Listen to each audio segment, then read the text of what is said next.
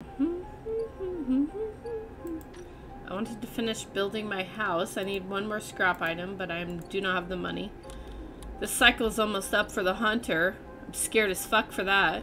Sophisticated tech is rare on the eye, so the shipyard is happy to pay for shipment fragments they can dismantle and reuse.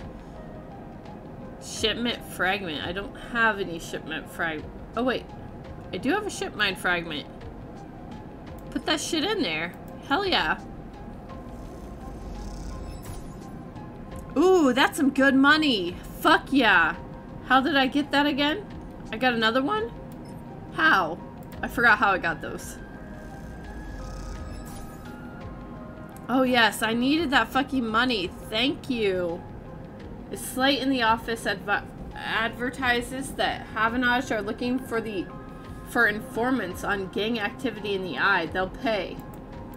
I have none of that right now. The sidereal horizon is webbed with complex systems bundled like nerves in a body. Your job is to lay these systems in. Okay, so this will be a safe thing I can do. The sidereal horizon is assembled block by block. You earned a place on the teams welding those blocks together. This is also safe. Things I can do tomorrow. This I need to do now. Lemon Mina. From the walkway, the sidereal horizon looks impossibly vast. A landscape of plating and frames. All along her flanks, torches flicker. Drones maneuver. Arc lights glint.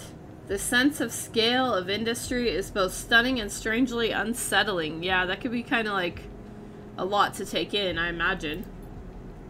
Oh, look. Oh, look. Lem and his little baby. Oh, she's so tiny and sad. Look at those huge fucking eyebrows. You got your dad's brows, that's for sure.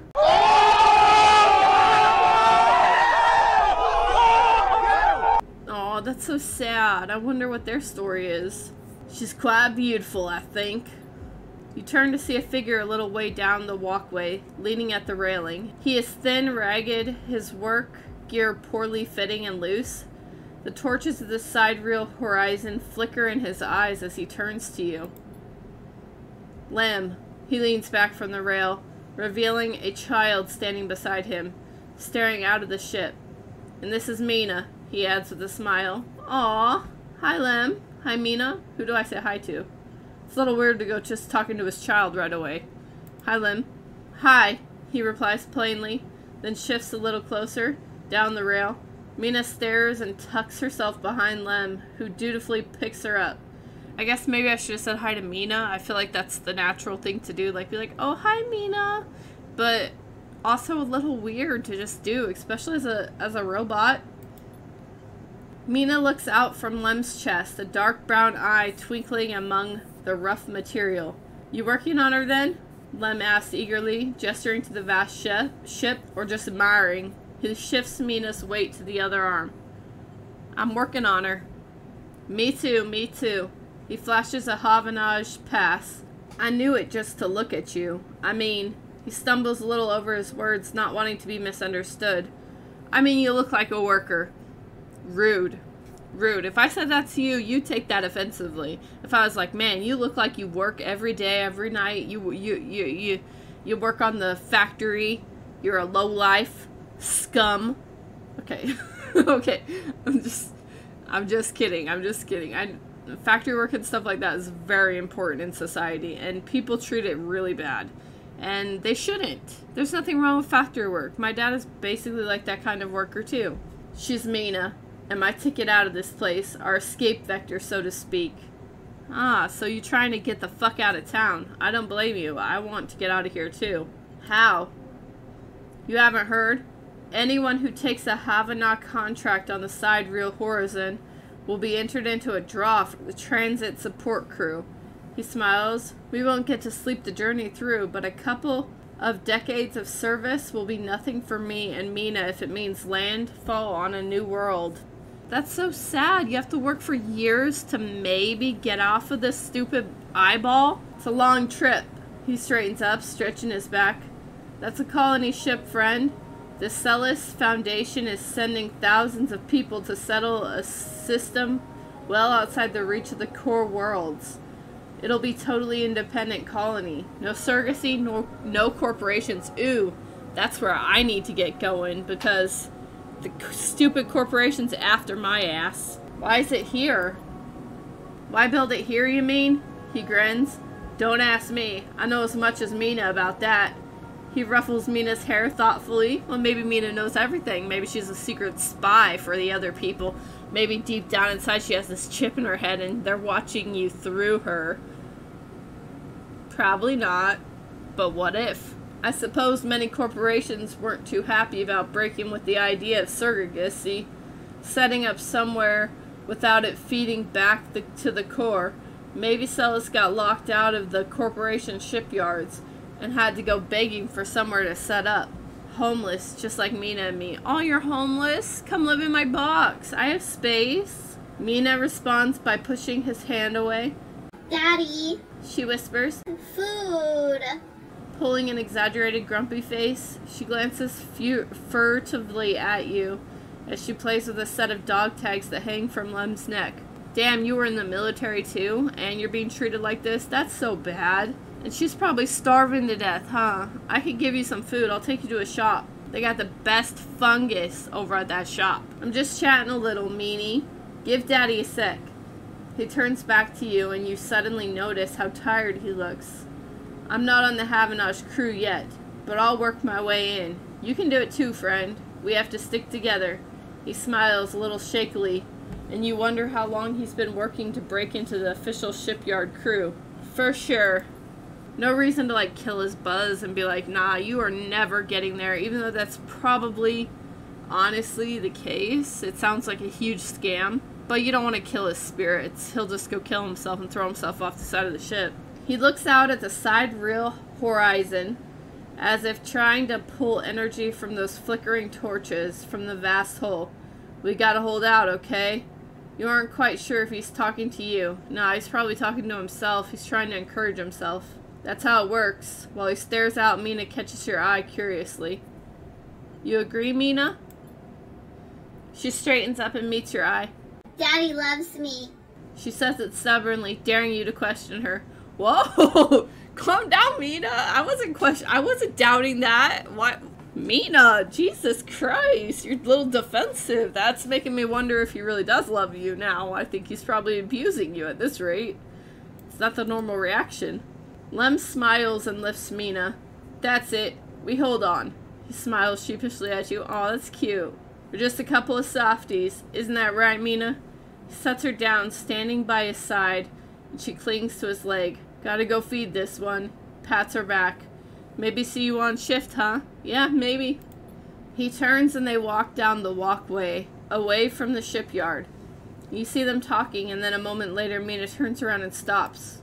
See you, robot. Aww, that's so cute. Aww, maybe I'm gonna marry this guy, and then that'll be our daughter. Her shout echoes down the walkway, and she flashes you a parting smile before running to catch up with Lem. Thank you for not discriminating about me, being a robot. A lot of people do. You watch them a little before you turn back to a possible scale of the side rail horizon. A ticket out. Let's go buy some scrap. I'm gonna regret it. You're gonna regret it. You're gonna regret it. You're gonna regret it. Oh, I can't. I have to sleep. Fuck. I want my new home. I'm scared. Hunter, please leave me alone. Okay, first things first. Wait, what's this? Fang. Oh, his thing's up. Good. Maybe I can lose the tracker before this guy's out. Thank God. That would be really great. Oh no, the hunter is coming for me soon. I'm scared. But I need to finish this. Do any of these need to... Yes. Twos. A Havenosh member is broadcasting on the open network from here, leaving them open to data extraction. Bypass. Extract the data. Let's get it. Delicious. More data. I love it. I love data. What the fuck is this thing? Can't click it. It's just floating around. I've almost gotten all of these. Come on. Bypass that shit. Extract that data. Open your eye. Hurry up. Oh no. Open your eye. Hunter, leave me alone. Let's get that Havanage data. Put that shit in. Put that shit in again? Damn, okay. We got some money. We got some money from that. Skill upgrade required. Into it. Okay, I need to do that next. I can't buy any more scrap. It sucks. I just want to get my house. These are safe, so I should be able to just do them. That's not very safe.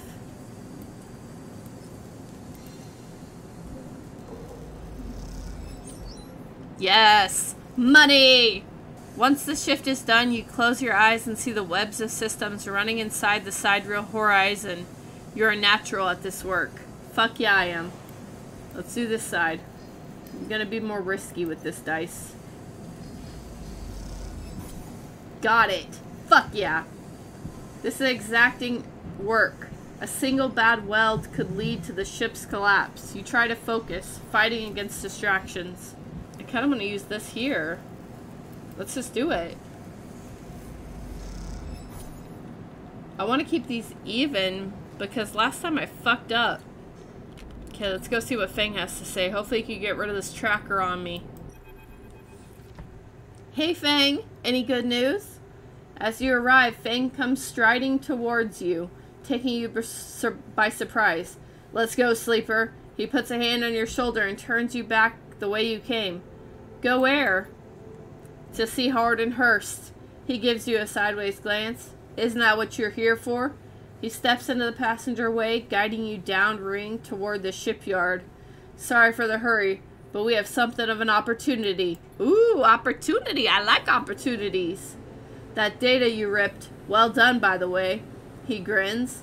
Tells me Harden is making a rare inspection of the sidereal horizon this cycle. Oh, snap. He is? That's that place I was just at.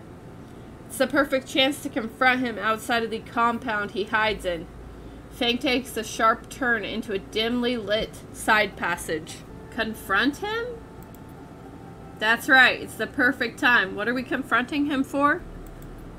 I guess hiding and being alive for so long? Fang slows and slips into a dark service tunnel where, suddenly in the back, a water pipe drips. It's him, sleeper. The same Hardenhurst. Our worm ripped out decades of records that mention him by name, an entire trail of documentation from the first days of the solemn collapse until now. He wrote out that whole thing, slipped into Havanage when it first broke off from the Union. You're very invested in this, buddy. I'm kinda confused what you want out of this. Is that a soda? Share that shit with me. He paces in the tunnel, a hand rubbing at the back of his head. I need you to understand something about Solemn, sleeper. I don't know what you know about the collapse, but it wasn't an instant as it sounds. It wasn't like Solemn was here, running the station one day, and the next Erland's Union took power. Alright? Back then, Solemn knew this place was slipping away from them. As the palladium market collapsed, they tried to keep the contractors here working. The pay got smaller, the costs higher. People like my parents were forced to work non-stop just to keep a berth on the station and water in their tanks. Damn, that sucks. That sounds a lot like what that family is going through over there. I'm sorry I had to go through that. Here, let me pat your head. Solemn squeezed every last worker until the mistakes, the accidents were coming in non-stop. And as new waves of contractors came in, desperate to work, Solemn welcomed them, taking bribes instead of checking pilot licenses. The whole time, Solemn was folding up, dragged into court cases in the central systems, whilst the severed limb of the station still desperately tried to take all it could. They just overworked people until there were tons of accidents. They took people that they shouldn't have because of money over actual skill. And then this whole place went downhill. And this guy lived through it. I mean, as a child, but still. His parents lived through it. They probably had fights all night long about this shit. And money. And damn, that's depressing.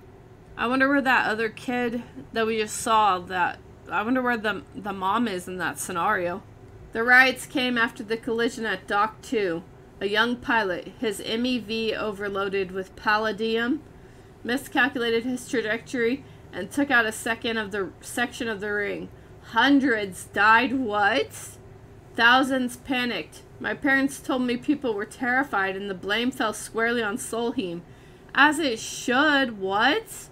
That's a huge mistake. That's not some slight mistake. So a pilot that literally had no license probably fucking fucked up his thing and then killed hundreds of fucking people. People like to tell stories about Erland, how he brought the factions together, spoke to the crowds, turfed out Solheim.